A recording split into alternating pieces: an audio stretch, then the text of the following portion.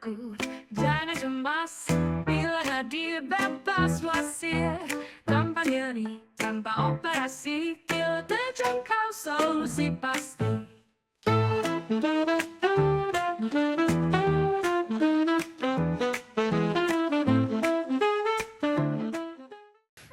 Salam sehat, jumpa lagi di channel Tanya Dokter Paran. Video kali ini saya akan menjawab pertanyaan dari Leli di Surabaya yang bertanya, Dok, apa sih sebetulnya penyebabnya fistula ani atau perianal fistel atau fistel di anus ya? Sebelum saya menjawab pertanyaan dari Leli di Surabaya, saya ingatkan teman-teman yang mau bertanya, silahkan tulis di link dari Tanya Dokter Paran. Saya akan jawab dan upload di channel YouTube Tanya Dokter Paran ya.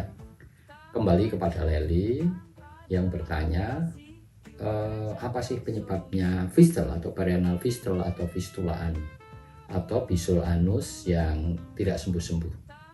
Yang pertama adalah infeksi kriptoglanduler ya, itu yang utama.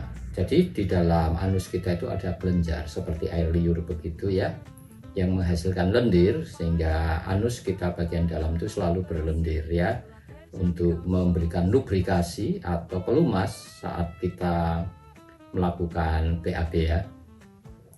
Nah, namanya kriptoglanduler atau kelenjar di cekungan di anus kita.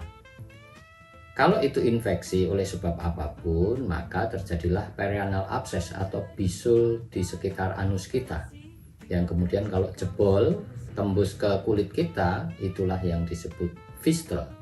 Jadi fistel itu suatu saluran yang menghubungkan dua ruangan ya, dari dalam anus sampai keluar anus di kulit kita. Itulah fistel.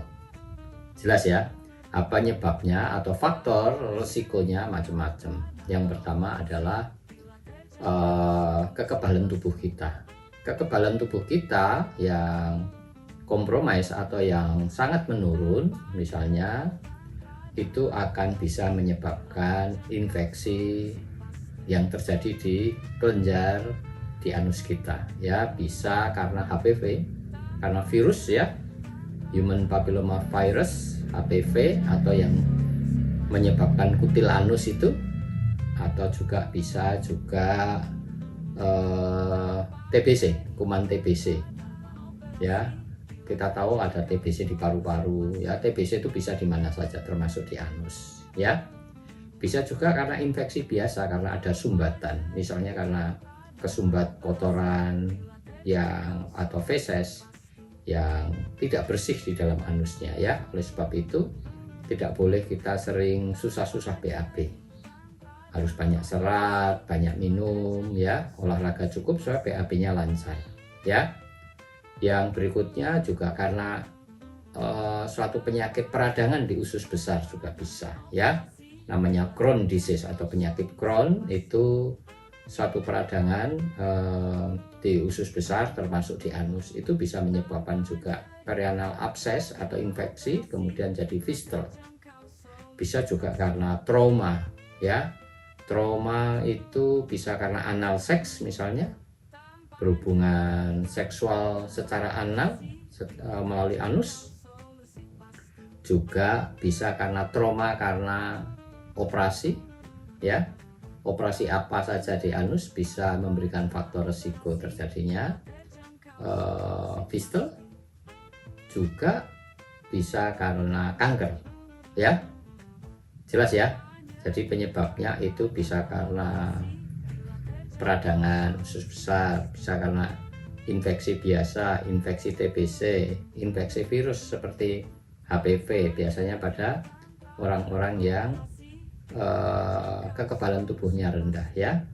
Kemudian bisa karena ya BAB yang susah ya, menyebabkan wasir dan menjadi faktor resiko terjadinya bisul anus atau fistel, ini perianal fistel.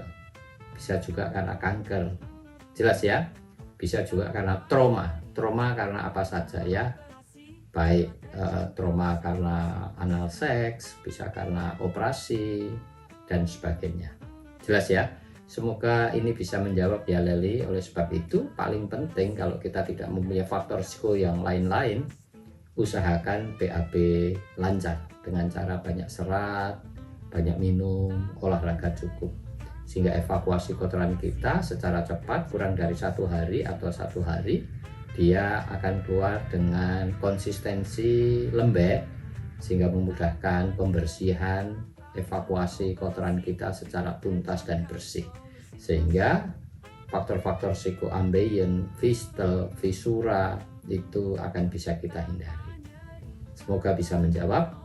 Saya ingatkan teman-teman yang mau bertanya, silahkan tulis di link Tanya Dokter Paran. Saya akan jawab dan upload di channel YouTube Tanya Dokter Paran. Dan bagi teman-teman yang membutuhkan beberapa panduan untuk mengatasi masalah di anus, silahkan cek di deskripsi di bawah ya.